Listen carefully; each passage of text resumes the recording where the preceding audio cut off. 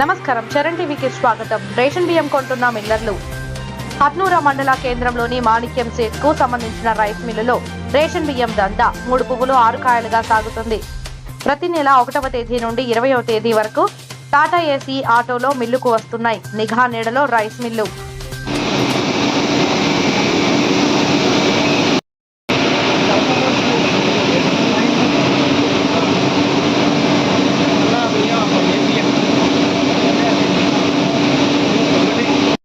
లేదు, గరీబులం అన్న, మేము కూడా ఉన్నోళ్ళం కాదు అన్న. మేము